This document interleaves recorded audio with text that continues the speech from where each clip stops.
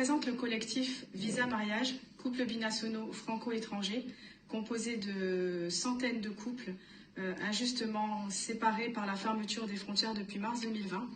Je suis moi-même en couple avec un Algérien. Notre mariage est théoriquement prévu le 15 mai en la mairie de Sète. Et je suis séparée depuis le 6 février 2020, la fermeture des frontières ayant été actée depuis le 17 mars 2020, je n'ai toujours à ce jour pas vu mon compagnon et je n'ai aucune perspective de retrouvailles de par le contexte sanitaire qui ne fait que perdurer. Au sein de ce collectif, on compte énormément de couples franco-algériens, beaucoup de couples franco-africains de manière générale, des couples franco-vietnamiens, franco-thaïlandais, franco-cambodgiens, franco-pakistanais, franco-indiens.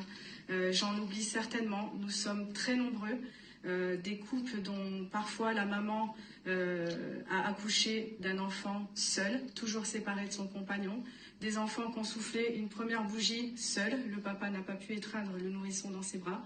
Des situations dramatiques, beaucoup de personnes ayant développé des maladies auto-immunes, des cas de sclérose en plaques, et j'en passe, j'en oublie certainement, énormément d'états anxio-dépressifs et dépressifs dus à cette séparation subie, contrainte et forcée. À ce titre, nous avons déposé une requête en référé suspension auprès du Conseil d'État, l'audience s'est déroulée le 1er avril, nous sommes en attente du délibéré. Parce que malgré toutes ces épreuves, nous avons toujours foi en la justice française.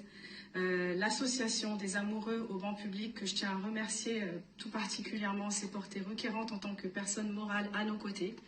Et nous sommes dans l'attente du verdict. C'est très, très, très lourd. Là, j'ai un petit regain de vitalité justement depuis qu'on porte un petit peu ce combat. Mais j'ai passé une année juste exécrable et je n'envisage absolument pas de vivre une année supplémentaire loin de mon compagnon. Mon futur mari, lui, ne va pas bien non plus.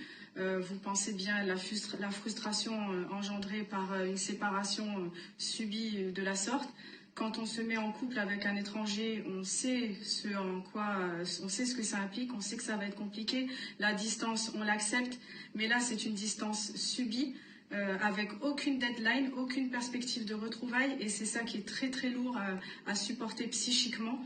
Mon compagnon me parlait même de l'éventualité selon laquelle si on n'a pas gain de cause auprès du Conseil d'État, d'ici le mois de juin, il envisage de prendre la mer, chose que je ne conçois absolument pas.